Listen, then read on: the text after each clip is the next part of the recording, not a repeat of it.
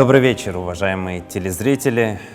На Абаза ТВ продолжается проект «Биографический салон». Место встреч, где мы рассказываем вам истории людей, переживших Отечественную войну народа Абхазии. И сегодня у нас в студии в гостях Виктор Хильчевский, один из первых в Абхазии специалистов в области строительства и эксплуатации аэродромов, отдавший много лет своей жизни аэродрому, аэропорту Сухум, сегодня международному аэропорту, носящему имя первого президента Абхазии Владислава Ардзинба, также работавший несколько лет в правительстве Абхазии вице-премьером, министром энергетики, транспорта и связи. Приветствуем нашего гостя. Здравствуйте, Виктор Александрович. Добрый день. Спасибо, что вы нашли время, пришли в нашу студию. И хочу также отметить, что у нас здесь в студии есть своя небольшая зрительская аудитория, которая слушает, живо реагирует на происходящее и потом задает вопросы, которые считает для себя наиболее интересными. На определенном этапе мы подключим нашу аудиторию к диалогу и тоже будем взаимодействовать. Первый вопрос к вам, Виктор Александрович, это то, как ваша семья попала в Абхазию, ваши предки, как вообще судьба связала вас с этим местом? Мои родители отца моего приехали сюда в 20-х годах прошлого века. Дед украл мою бабушку, они жили в Польше, у своего работодателя, дочку. И пришлось им оттуда уехать, потому что там неприятности возникли.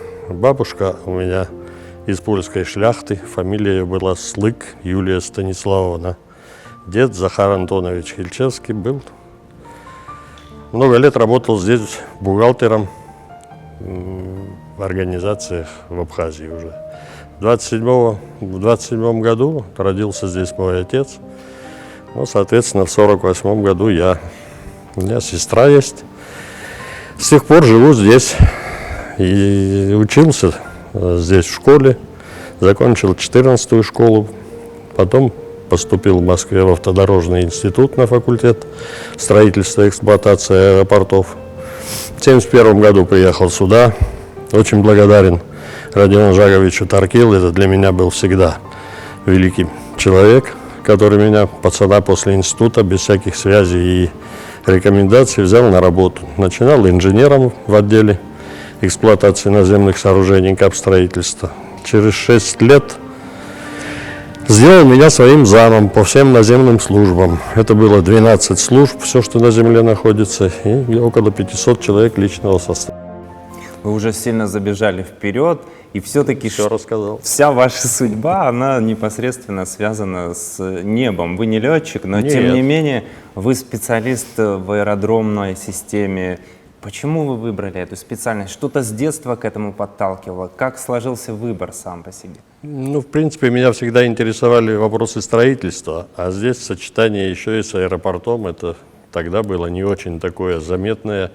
Все уважали только летный состав, летчики это были богами, но есть же еще люди, которые им помогают свою работу делать. Так получилось, что поехал, поступил. Школу закончил на медаль, поэтому с первого экзамена поступил. Все, 5 лет отучился, с тех пор здесь. Ну, специалисты в этой области и сейчас, и тогда, они по большому счету были на вес золота. Они очень ценны, и вы могли получить работу не только в Абхазии, не только вернувшись сюда, но и в любой точке Советского Союза. Почему все-таки тянуло на родину? И, может быть, здесь и перспектив было не так много, но вы уверенно приехали сюда. Вы знаете, наверное, какая-то тяга есть, потому что у меня старший сын тоже по этой специальности пришел. На сегодняшний день нас 2 человека в Абхазии, имеющих эту специальность. Он работает в аэропорту, служит в армии, подполковник ВВС, одновременно начальник аэродромной службы. Младший сын закончил здесь экономический факультет университета, потом поступил в университет дружбы народов Лумумбы на юридический факультет, получил 2-е высшее образование, имел уже работу в этом же университете, заведовал компьютерным отделом на юридическом факультете. Невестка наша работала там куратором курса тоже, на этом же юридическом факультете. Они не захотели оставаться в Москве. Сказали, год жизни в метро практически. Все захотели домой. Внук старший тоже закончил юридические в Лумумбе. Тоже юристы. Все. Приехал сюда, не захотел в Москве оставаться. Предложения были, в Якутии у меня было предложение, в армию забирали в Югославию, в этот контингент, который там был. Но Родион Жакович не отдал меня. Понятно. Вот так. Вот вы уже начали говорить о своем карьерном росте. Здесь он довольно стремительно развивался. Расскажите, вот кто вам помогал, как складывалось общение, насколько коллектив аэропорта вас принял, и потом вы уже стали одним из первых лиц там. Вы знаете, аэропорт всегда был каким-то, вот во всяком случае про Родиона Жаковича, он каким-то дружным был коллектив. У нас работало 41 или 42 национальности, представители от национальности. Никогда никаких межнациональных розней и скандалов не было в аэропорту. Исключая, конечно, последние 2 года, когда пошел в рост этот национализм из Грузии, образовался этот Народный фронт. Ну, а я некоторым был там как бревно в глазу, потому что молодой, потому что упертый, потому что... Ну, в свои 29 вы становитесь уже заместителем начальника, да, аэропорта? Да. С тех пор там и работал, пока в 90-м году Народный фронт Рыбского района не посчитал, что я недостоин работать в их коллективе. Вот на этом моменте поподробнее. Здесь вы, пожалуй, получается, впервые столкнулись с национализмом, Да. с проявлением вот такой националистической Да, потому что политики. было очень много таких, которые хотели бы на мою должность попасть туда. Ну и сделали собрание, написали протокол. Пришлось уйти. То есть так надавили всерьез, что... Ну как, без приехало выхода? руководство Мы же входили в состав Грузинского управления гражданской авиации. Это было Грузинское управление, территориальное управление гражданской авиации. Аэропорт Тбилиси, Сухум, Кутаиси, Батуми, Поти, Местия, Псху. Вот это были все аэропорты управления. Управление было там. Приехали сюда начальник управления, замначальника управления, позвали, сказали: Виктор, пойми, сейчас время такое, что надо так. Но с ними приехал, он был подрядчиком в аэропорту. Тоже была территориальная единица, объединение авиации. Авиастрой было такое объединение. И территориально было управление, СМУ-20 называлось, строительно-монтажное управление номер 20, система авиастрой. Потом преобразовали его в трест, и друг у меня там был, управляющий этим трестом. Он приехал с ними, говорит: не упирайся, месяц погуляй, потом приезжай ко мне в Тбилиси, я тебя беру на работу.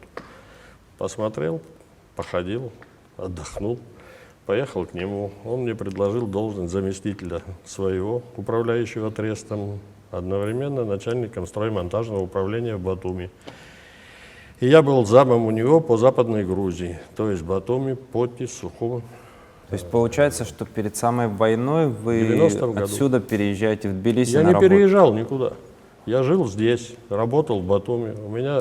Я вот за всю свою работу в аэропорту я никогда не летал зайцем. У меня всегда был служебный билет, годовой назывался, как проездной на трамвай. Вы каждый день возвращались сюда? Я мог и каждый день, но я уезжал 2-3 дня там, потом сюда, потому что у меня участок был в Сухуме, в Поти, в Батуми, в Бахмаро там строили, в Копитнаре мы строили там агентство.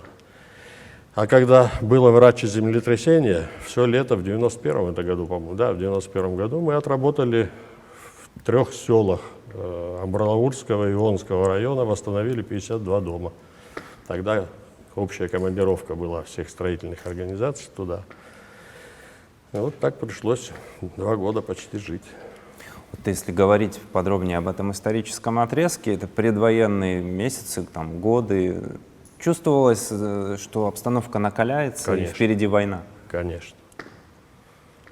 Конечно, потому что даже просто отношения людей, с которыми я когда-то очень близко дружил, они перестали здороваться с женой с моей. Она у меня, Ладария Татьяна Юрьевна. А на 2 августа я 3. Родители наши были знакомы в одном роддоме, в одной палате. Учились мы в одном классе.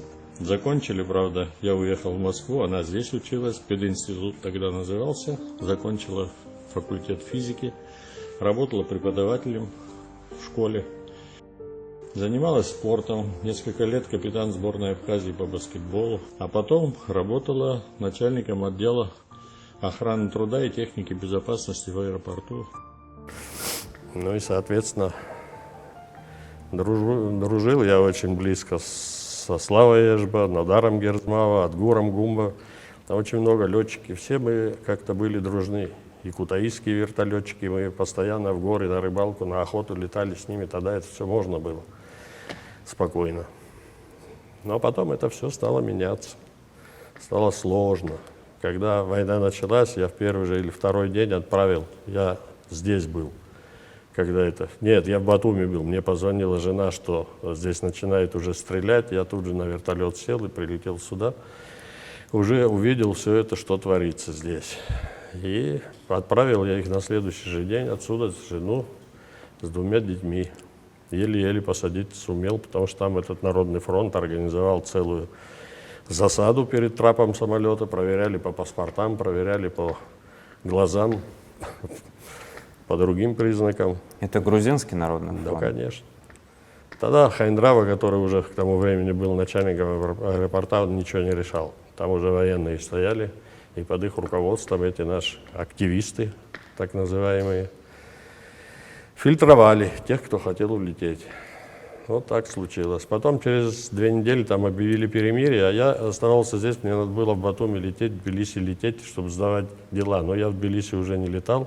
В Батуми я 2 раза, меня вертолетчики, ребята так закинули, вечером забрали обратно. Взял все трудовые книжки рабочих, все это собрал, записал объяснительную, позвонил в Тбилиси, сказал этому управляющему. Я говорю, вот так, вопросов нет, езжай домой, уезжай оттуда, куда хочешь, как хочешь. Все, прилетел сюда, перемирие объявили, жена вернулась с младшим сыном, старший еще учился в Киеве в институте. И вот так. А когда, ну, там уже, видно, ситуация созрела, мне пришли ребята тоже, нормальные, которые оставались там. Виктор, забирай своих, уезжай, или завтра за тобой придут. Вот, за час собрались, кое-как сосед командиром летел, 180 человек в Ту-134, где 78 мест сидело. Еле-еле все впихнулись туда и улетели. Здесь остался у меня отец, мать, теща, Шурин. Сейчас он тоже здесь, он преподает в университете, жены брат. А мы всю войну были в Москве. После войны Слава прилетел, Эшба, позвонил. Давайте не будем спешить вперед. Пожалуйста. Вот все-таки задавайте о вопрос. том, что здесь существовала дружба народов, что и аэродром, аэропорт об этом свидетельствует. Вы говорили о коллективе. И при всех вот этих плюсах, да, потом происходит перелом. Ну, оставались те люди и среди грузин, которые к вам потом даже благожелательно относились, которые предупреждали, что нужно уехать и так далее. Почему, вот, по вашему мнению, все-таки возобладала вот эта точка зрения, что должна быть война и что люди все-таки агрессивно были настроены в большинстве своем? Ну, это, понимаете, оно зрело как-то постепенно. Я не скажу, что это резко произошло. Вот я по понедельникам проводил так называемый разбор, собирал всех этих начальников служб, итоги недели прошедшие, задача на следующую неделю. Все это мы планировали. И по отношению людей я уже начал понимать, что очень многие меня перестали слышать. Они выходили напрямую на этого Хайндрава, командира. Все это зрело. Даже до того, как мне пришлось уехать вот, работать в Батуми. А потом, приезжая сюда, я уже вижу эти мальчики, которые подо мной выросли, они начали тут, а вот ты знаешь, ты вот это строишь, а ты не просто так строишь, а что ты хочешь? Ну как, вот, надо что-то, нам тоже, мы тоже люди. Я их послал и уехал. И все. То есть зрело вот это, что теперь мы хозяева здесь. Тот же Хайнрау, который стал начальником аэропорта, он мог бы им не стать. Вот вы говорили, что он не был избран, а был утвержден Да. уже из Тбилиси. А вы могли просто победить, если бы было голосование. Я думаю, что да. Уверенности, конечно, 100% нет, но раз они это поняли, отменили голосование и сделали приказом его начальником. Да, то есть национальный фактор приобретал Естественно. первостепенное значение. Меня вызвал тогда начальник управления, был такой Кукури Дмитриевич Куртаницын, заслуженный пилот СССР тоже, без мата не разговаривал. Он говорит: Виктор, пойми, я тебя не смогу утвердить. Даже если тебя выберут, сейчас не то время, я тебя утвердить не смогу. Просто по одной простой причине. Ты не грузин. Уступи Хайнраве. Я сказал: Хайнраве не уступлю. Ну, делай, как знаешь. Ну, тогда приказ написал и все. Понятно. Кстати, Хайндрава, улетая отсюда, оставил топливо только на свой самолет. Когда семью забрал, всю свою мебель, все загрузил в самолет, улетел. А Шеварднадзе, бедный несчастный президент, улетел через Батуми, потому что заправки не хватало до Тбилиси. Это уже в 93-м. Это в 93-м, когда отсюда бежали все. Вот это да. Вот так он уважал свое начальство. Но про покойных плохо не говорят, он умер уже давно. Понимаю. Вот вы покидаете Абхазию в связи с войной с супругой и с детьми, да? Вы уехали в Москву, улетели. Как складывается ваша судьба там? Чем вы занимаетесь? Как живете? Мелким бизнесом. Сына моего друзья устроили на биржу. Он там получал распечатки биржевые ежедневно. Смотрел, что где, уже имел список тех, кому что-то нужно. Когда имеешь информацию, что продается, найти покупателя не очень трудно. На этом начал зарабатывать. Я в одной-двух мелких фирмах поработал тоже со своими друзьями там. В общем-то, ничего не зарабатывал. Так, на жизнь хватало, ну, пожили. Сын хорошо зарабатывал, купил себе квартиру. До сих пор она у него есть там, не в Москве, а в Химках, правда. Следили за происходящими здесь Конечно, событиями? у меня была полная информация, что здесь делается, как делается, потому что я имел пропуск во Внуковский аэропорт, куда летали наши самолеты. Я очень часто там приходил, сюда посылки отправлял родителям, друзьям. Ребята экипаж всегда брали, все без всяких вопросов. С некоторыми у меня были очень хорошие отношения, некоторые отворачивались даже, здороваться не хотели, видя в Москве. Это национальный вопрос играл тогда большую роль. Да, вот вы сказали, что возвращаетесь уже в 2014 году, и вас позвали коллеги. Да, Слава Ежба был в Москве, спросил: поедешь домой? Я сказал: конечно. И через 2 дня с ним вместе улетел сюда, семья потом прилетела. То есть вы сразу с удовольствием вернулись? Конечно. Как только появилась возможность? В Москве я всегда мечтал жить, и когда учился, и после учебы, а после войны нет. И сейчас не тянет. Ну и снова аэропорт Сухум — это центральное, можно сказать, судьбоносное место всей вашей жизни. Вот уже в 2014 году, что вам удается сделать для него с 2014 года, в том числе и работая в правительстве на посту министра, там, вице-премьера, курируя это направление? Какие были планы и что из планов получилось?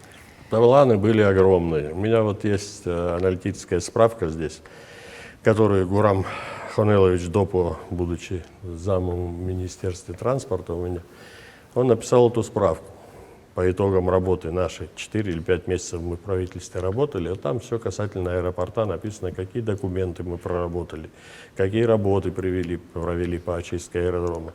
Я не буду хвалить, что это мой сын, но на сегодняшний день все, кто прилетает в Сухумский аэропорт и прилетали, они видят, что огромная площадь искусственных покрытий, ни одной травинки, ни на полосе, ни на рулежке, нигде нет. Все очищается, все. Денег нет даже на маркировку, но старая маркировка, она сохранена. Ну, пример тому в 2008 году, когда мы принимали здесь военные самолеты, видели люди, в каком состоянии аэропорт находится, аэродром находится. Система ночного старта, естественно, все устарело, кабели поворовали. Охрана у нас тоже слабоватенькая была, ограждение кое-где разрушено. Ну, вот работали по содержанию. Одновременно собирали металлолом по району, чтобы немножко люди, которые работают, служат в аэропорту, хоть имели какие-то копейки. Чтобы сдавать, да? Конечно. Платить. Да, но мы все это делали через аэропортовскую бухгалтерию, все приходовалось, все через таможню оформлялось, все по закону делали. Вячеслав Ахметович Эшбов очень щепетильный человек в этом отношении. И правильно делает. Все, что сохранено, благодаря тому, что он вот такой серьезный, сердитый. Если говорить об этапах, были какие-то попытки серьезные реанимировать аэропорт? Были, конечно. Сколько человек приезжало сюда, каждый со своими предложениями. У меня столько миллионов, у меня столько возможностей. Но иногда предложения абсолютно курьезные были. Один приехал сюда, давайте асфальтом перекроем вашу полосу. Для чего? То есть это попытка простая отмыть деньги. Ну или незнание специфики там. Да нет, это просто обыкновенный какой-то ростовщик, который заработать решил на этом деньги, думая, что нам идет центральное финансирование, и можно туда немножко присосаться. Таких мы, естественно, не принимали ничего. Ну там Были же и посерьезнее люди. Вот когда это было в 2014 году, тут некоторые деятели, услышав, что Россия дает деньги на реконструкцию аэродрома, 2 миллиарда вроде бы Путин планировал дать сюда, тут же присосался один крупный олигарх и сказал, что если он дает 2, я тоже даю 2. Давайте вместе восстановим. Прислал свою команду, которая очень попыталась здесь нас поставить в такое неудобное положение для того, чтобы здесь покомандовать. Ну, с ними быстро тоже разобрались, и когда они услышали, что уже вместо 2 миллиардов дают 1, им показалось это мало. Кстати, они рассчитали, что потребное количество средств для восстановления аэропорта – это где-то в пределах 4,5 миллиардов. А мы посчитали по своим возможностям, по своим связям с организациями, с проектировщиками, что нам хватило бы 1,6 миллиарда 700 миллионов рублей на то, чтобы его восстановить и запустить по первой категории ИКАО, как он был. То есть высота области 60 метров, дальность видимости 800 метров. Это практически всепогодный, круглосуточно действующий аэропорт. С системой ночного старта, с системами приводов, с освещением, всего с восстановлением кабельных линий, дизель-генераторов и всего остального, что требуется для бесперебойной работы аэропорта. Сложностей было много. Если вас интересует, я вам могу копию этой справки дать. Хотите, зачитаю, если время позволяет. Ну, какой-нибудь отрывок, можно сказать, Да, который вас наиболее интересным кажется. Вот на сегодняшний день имеется и в разработке обширный перечень нормативно-технической документации, необходимой для сертификации аэродрома и выхода на внешние рынки. Первое. Разработан и принят воздушный кодекс. Мы его делали из российского и узбекского кодекса. Сидели и что к нам подходит писали, что не подходит оставляли. Разработан проект авиационных правил Республики Абхазия, воздушное судно, требования и процедуры сертификации. Разработан проект правил государственной регистрации гражданских воздушных судов Республики Абхазия. Подписан договор с Россией о сотрудничестве в области воздушного транспорта. Подписано соглашение с Россией о сотрудничестве в области организации и обслуживания воздушного движения. Подписано соглашение с Россией о сотрудничестве в области авиационного поиска и спасания. Разработан проект соглашения с Россией о сотрудничестве в области авиационного и морского поиска и спасания. В разработке проект взаимодействия с Россией в организации управления воздушным движением. Вот то, что было сделано только по линии авиации.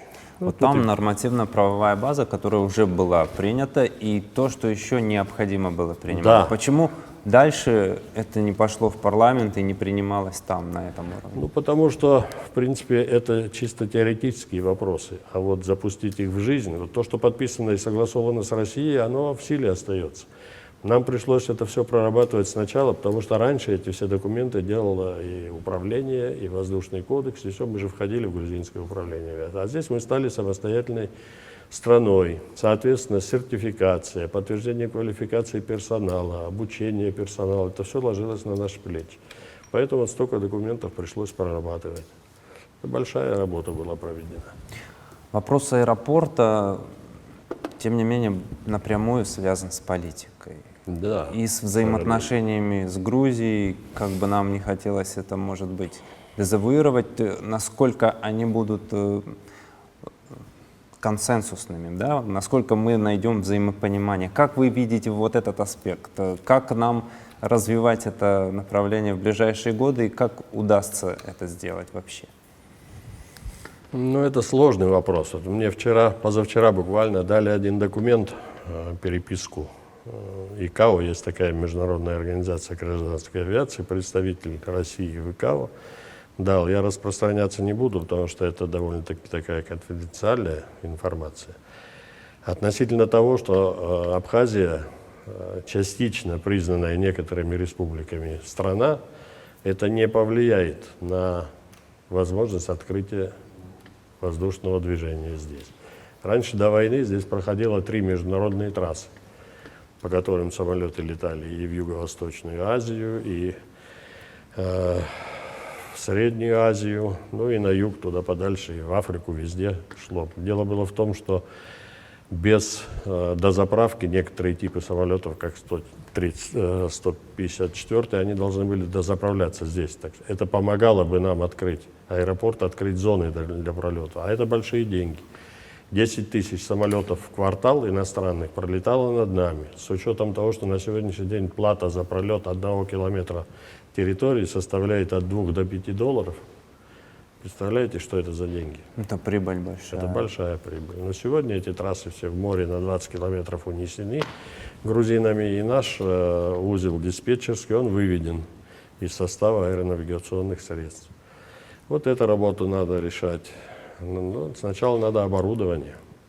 Этим надо заниматься, понимаете? Вот почему у нас больной вопрос. Вот Тавас Хашба сидит, он работал у нас в министерстве, и он прекрасно знает, чем мы занимались. Это министерство было создано абсолютно правильно, энергетики, транспорта и связи. И мы вот такую работу эту всю, когда начали проводить, и Заур Джотович Ардзенба, и Слава Эшба, и железная дорога, все пришли. И вот как одна команда мы начали работать по этим направлениям. Ну а потом, когда Бубича правительство все отправили в отставку, естественно, все это министерство ликвидировали, и все вот эти отрасли распихали под Министерство экономики. Это все смежные отрасли, которые Конечно. должны были идти в одном. Конечно, это надо рассматривать все в комплексе. Вот в этой аналитической справке это все расписано по пунктам. Как это мы планировали, как это должно было быть. Но, к сожалению, это вот так. Ну вот в плане все-таки чуть-чуть другом, взаимоотношений с Грузией, как вы видите это? Насколько возможно найти общий язык, оставаясь на своих незыблемых позициях? Я думаю, это будет очень сложно. Здесь большая роль России в этом деле. Если они смогут додавить Грузию, объяснить ей, что с нами надо мирно жить и разговаривать с нами, ну, будет полегче. А нет, это сложно. Напрямую с ними сегодня разговаривать невозможно. Расскажите нам о человеке, который так же, как и вы, получил специальность по строительству и эксплуатации аэродрома, ваш старший сын. Ну, чье это влияние больше? Почему он тоже выбрал эту профессию? То есть по вашим стопам пошел? Ну, он хотел быть, в общем-то, вертолетчиком, но кандидат в мастера спорта по плаванию был. Для спорта сердце нормальное, а врачи авиационные, летные, проверили, какой-то клапан у него не такой, как должен быть у летчика в сердце. Ну и поэтому он все равно в аэропорт, как-то мы жили в аэропорту, у меня квартира там, и поэтому, видно, его тянуло. Это он все время со мной летал на рыбалку, на охоту, везде я его брал с собой. То есть он тоже хотел в небо, но чуть-чуть. Чего, сейчас работает, нравится. Уже, правда, скоро на пенсию пойдет.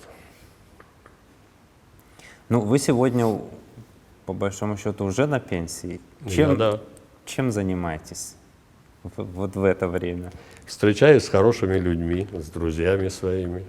Хожу на охоту, я уже забросил, потому что сложно. Не то, что сложно. Неприятно ходить, честно говоря, там, где люди. Сейчас охотников развелось больше, чем, я не знаю, буфетчиков у нас. И все настроение на охоте портится, ругаться постоянно, да еще и подстрелят из-за куста. Хожу на рыбалку, у меня большая лодка деревянная, сделали своими руками с сыновьями мы, хороший мотор. в море хожу, рыбу ловлю, пчел развожу. У меня своя пасека. А давно стали заниматься пчелами? Давно, лет 15 назад. Ну, для Абхазии вот это направление тоже перспективное. Сейчас многие занимаются. Мед, да. Оно везде перспективное. В России даже пчеловодам платят деньги за то, что они пчел содержат.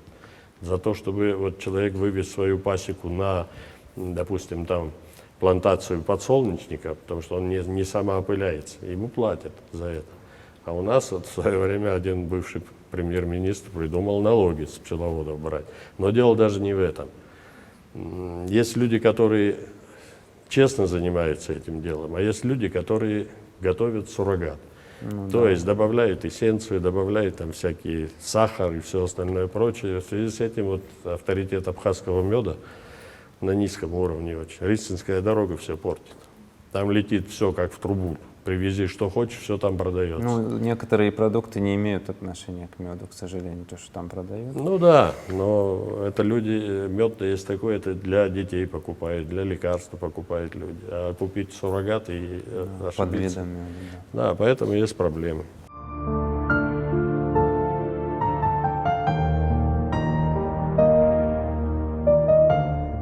Вот вы так быстро прошлись по всей биографии. Я думаю, что-то, безусловно, заинтересовало наших зрителей. Они могут на чем-то акцентировать свое внимание. Пожалуйста, если есть вопросы. Добрый день, Джикер Бамрамза, Абхазский государственный университет, кафедра политологии и социологии. Хотела бы поблагодарить, что вы сегодня пришли к нам, поделились своей историей. У меня такой вопрос.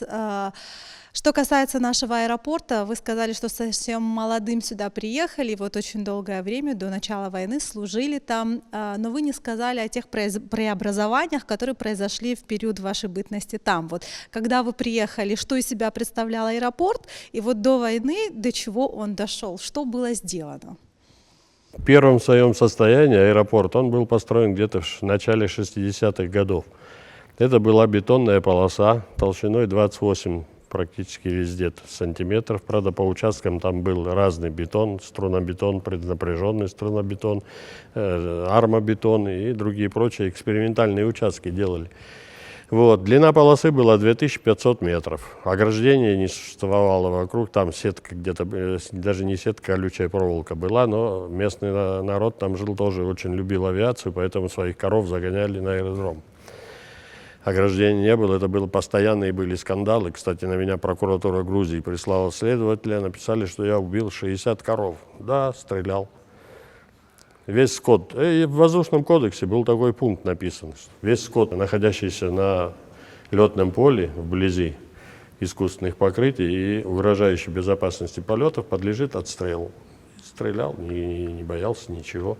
Это было после того, как Ил-18 поймал здесь лошадь. И двигатель пришлось менять за счет нашего аэропорта. Вот такое было. Ограждения не было. Места стоянки старые были.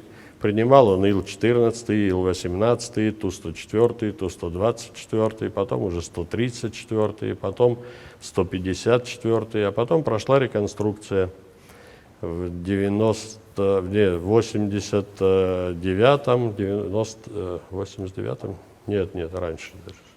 Да, с 79 по 82 год. Эту полосу усилили еще на 20 сантиметров, то есть стало около 50 сантиметров толщина. Несущая способность, естественно, была рассчитана под все самолеты, существующие тогда в авиации. Дело в том, что по постановлению Кабинета министров России, СССР тогда был, и все приграничные аэропорты должны были иметь полосу, пригодную для посадки любого типа самолета, в том числе включая «Буран», который был космический корабль. Вот из-за этого полосу удлинили на 1140 метров, ширину добавили до 52,5 метров, и толщина была 50. Увеличили места стоянки, перроны. Ближний привод, дальний привод они были, построили новые здания, трансформаторную подстанцию, одну, вторую, третью, их около 15 в аэропорту трансформаторных подстанций.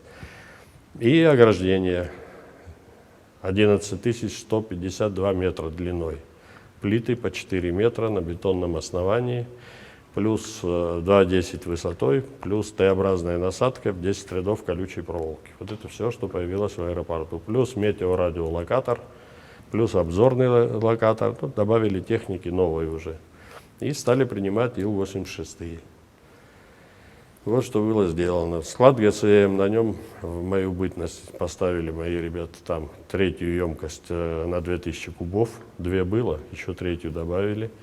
Оттуда мы протянули 2 нитки трубопровода по 150 миллиметров оцинкованного. И пункт раздачи топлива сделали прямо на территории аэродрома. То есть машинам не надо было ехать по разрушенной Грандовской дороге туда, чтобы там заливать топливо.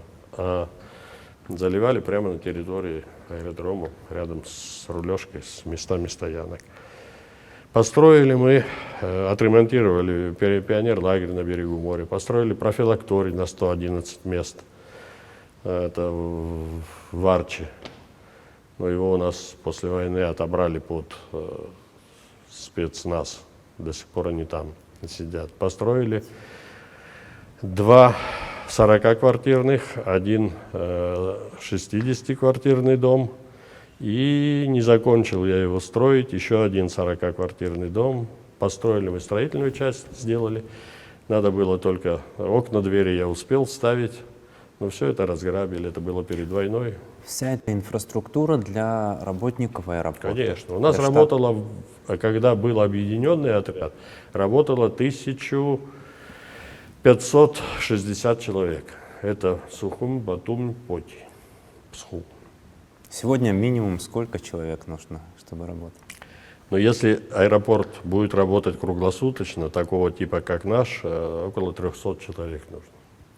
Естественно, такие специальности, как летчиков, уже авиакомпании здесь не будет. Собственного парка не будет, да, он и не нужен, в общем-то. Летать будут все компании, и иностранные, и иногородние. Если будут они летать, они возят своих техников. То есть тяжелые формы регламента в авиационно-технической базе, что делали там обслуживание самолетов, этого уже не будет. Свои запчасти они возят с собой практически, что может так выйти из строя, и они меняют сами, в случае чего наши помогают.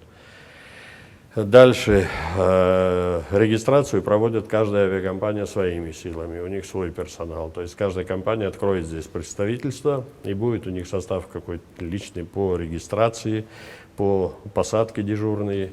Все это будет свое. Значит, такие из высококвалифицированных специальностей нужны будут движенцы. Это самая тяжелая позиция, потому что служба движения – это специалисты обученные. Они учатся этому, стажируются очень долго. У нас сейчас нет ни одного ни пилота с действующим свидетельством, потому что сейчас по этому положению о гражданской авиации в Абхазии мы уже сами должны выдавать сертификаты летной годности, документы, допускающие к полетам, к управлению воздушным движением. Этих людей надо будет привлекать со стороны. А сегодня зарплата диспетчера в России в пределах где-то 200, а то и выше 1000 рублей в месяц. Какое-то время они должны будут здесь жить в командировке для того, чтобы и обучить наш персонал, и посылать нам надо людей на учебу для работы диспетчерами. Это дорогое удовольствие.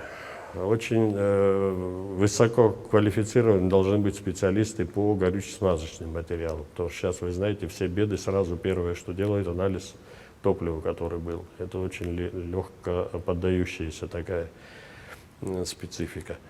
Должны быть водители, обязательно 1-го класса, потому что тяжелые груженные эти машины топливом, там маслозаправщики, воздухозаправщики, сейчас чего только нету. При мне было в аэропорту 156 единиц автотранспорта и автотракторной техники. На сегодняшний день там 0. Ничего нет. Все устарело, все пришло в негодность. Вот такие, в общем-то, дела. 300 человек – это и метеослужба, и медицинское обеспечение, и охрана обязательно аэродрома по периметру везде. Диспетчера, энергетики. Энергетиков тоже практически нет. Самообучившиеся ребята сейчас у нас работают, без дипломов практически. Да, большой запрос. Связисты нужны, локаторщики нужны. Это очень тоже большие специалисты, высокооплачиваемые должны. Но до этого мы не доходили никогда. Людмила Шамилевна Лазба, я педагог-историк. Очень интересно слушать профессионала своего дела, аса своего дела. Спасибо вам большое. У меня два вопроса. Насколько я знаю, в аэропорту стоит самолет того самого несчастного, бедного Шеварднадзе до сих пор, да? И как? И долго он будет так стоять? Ну, не знаю, его никто не трогает. Вот все старые самолеты, которые стояли, практически все списаны, их сдали в металлолом. А этот самолет, бедный покойный Нодар Герзмава, поднял один раз в воздух, несколько кругов сделал, хотя он на нем не летал никогда в жизни. Сел Так и его можно использовать, с да? тех пор стоит. Да нет, он уже отработал свое. Спасибо. И второе. 14 декабря 1992 году, вы, конечно, знаете о том, что случилось с вертолетом, подбитый грузинами. Но там был еще один вертолет, их было два вертолета. Один, слава богу, долетел до Гудаута, и вот другой, вот такая трагедия, которая останется, по-моему, на всю жизнь и надолго. А вот я была знакома с летчиком вот того вертолета, который долетел до Гудауты, Сергей Подпругин. Вы знали его? Конечно. И если да, то чуть-чуть хотя бы. Конечно. Это парень, он пришел из военной авиации к нам. Он выполнял полеты в Ткварчал, блокированный практически. Он на 5-6 метрах высоты залетал по Кадорскому ущелью, летал наверх.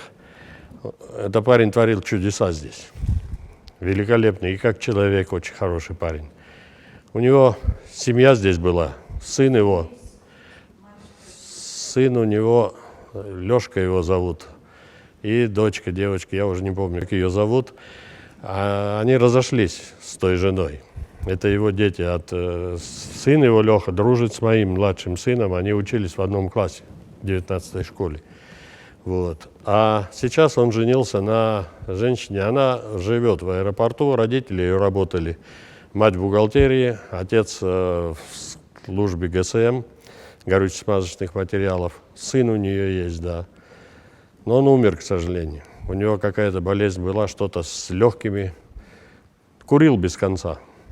А так, великолепный парень. Он ас был вертолетный. Мы один раз полетели со Славой, с ребятами на рыбалку, когда в отпуске были. Они осуществляли контроль по Кадорскому ущелью, по Бзыбскому ущелью. Мы полетели с ними. Летели обратно, сели на Псху. И когда взлетели, туман такой попал, в такую облачность попали. И вот он набрал высоту, при которой он гарантированно проходил перевал Доу. Там есть такой перевал. И вот на этой же высоте пошел чисто по координатам в сторону моря. И по времени рассчитал. И когда он уже над морем начал опускаться, чтобы на горы не попасть, море увидели мы на высоте 30 метров только. А ведь вертолет имеет поступательную скорость такую. Как он его держал, не знаю. Но он оттуда уже, видно, разнервничался. И на 5 метрах высотой над водой вот так прилетел в аэропорт. Это был профессор. Вы знаете, я прошу прощения, мне очень хочется это сказать. Вот он рассказывал, что когда подбили вот этот вертолет, он горящим факелом падал вниз. Я видел, говорит, все это. Я сделал несколько кругов, но я ничего не мог сделать, помочь. И как он мог бы помочь? А у меня было столько же пассажиров, полный и улетел. И я дал себе клятву, он нам рассказывал, что я из Абхазии, ведь он не был абхазским летчиком, что я из Абхазии никуда после войны не улечу. А своему командованию он, оказывается, сказал, вертолет испортился. И он вместе со своим неиспорченным вертолетом остался в Абхазии, и до конца своей жизни он посвятил вот нашей стране. Вообще, действительно замечательный человек, и спасибо вам за такое дополнение. Спасибо вам, что вы помните. Он из Брянска был, Сергей. Здравствуйте, меня зовут Аслан Зеслан, большое спасибо, очень интересно было слушать. У меня тоже два вопроса. В первую очередь, конечно, вы работали в аэропорту, помогали людям летать. Сегодня вы занимаетесь пчеловодством, помогаете пчелам летать, как-то очень интересно. Первый вопрос, конечно же, он главный вопрос. Пару лет назад при не нынешней власти, а прошлой власти очень сильно курировалось в последние годы о том, что аэропорт открывается. Знаете, у нас мы этим не занимаемся, не специалисты. Вы как специалисты, это возможно, и вы как-то поверхностно коснулись этого вопроса. Но насколько это возможно сегодня в наши дни с нашей экономикой, со всей нашей бытностью. И второй вопрос, он лично для меня. Я боюсь летать на самолетах. Как бы вы несколькими словами могли бы мне как-то вот этот страх убрать, если это возможно? Спасибо большое. Да не за что. На сегодняшний день открыть аэропорт, ну, сами мы, естественно, ничего не сможем. С нашими ресурсами, с нашими доходами это очень практически невозможно.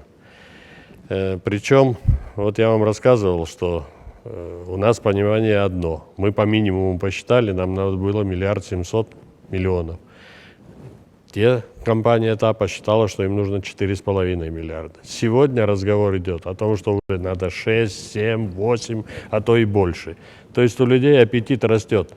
Но перечень работ, которые нужно сделать для этого аэропорта, но он не может быть больше. Было 5 лет назад, допустим, 1 700 000 000, но сегодня будет не больше 4. При удорожании всего, потому что там часть оборудования импортная, курс доллара вырос, это понятно. Все, но это очень сложно, это большой перечень работ.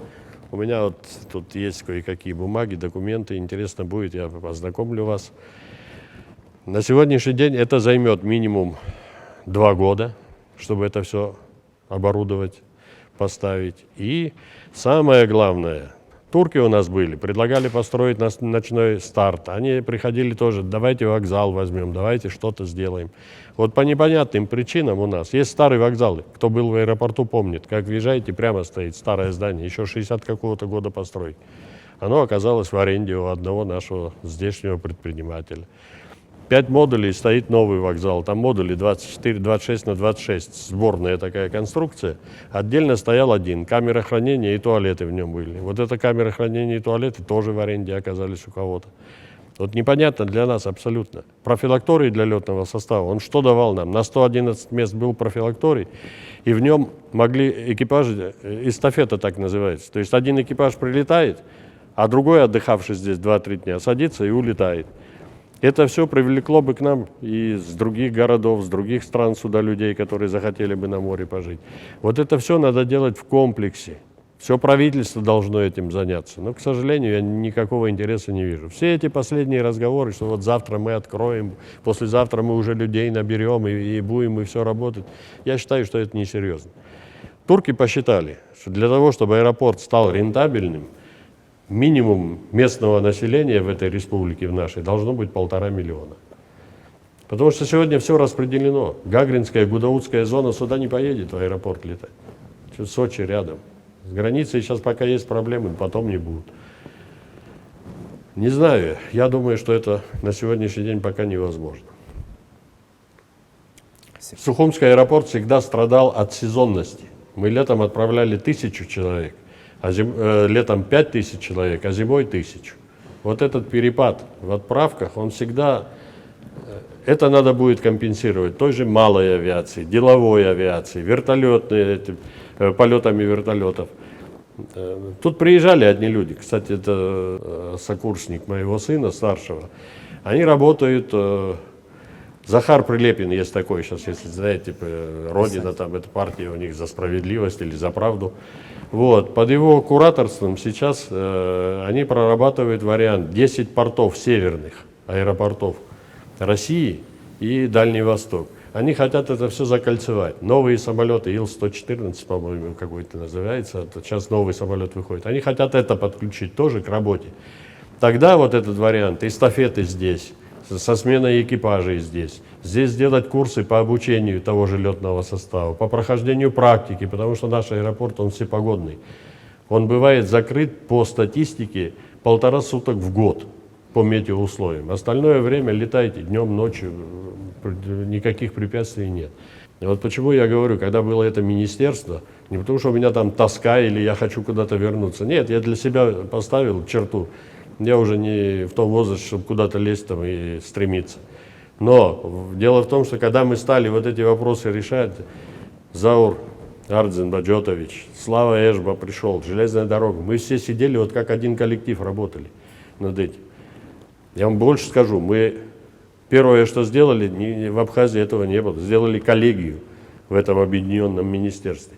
Привлекли туда руководителей ведущих РУПов, республиканских гуманитарных предприятий, для того, чтобы был коллективное руководство этим делом.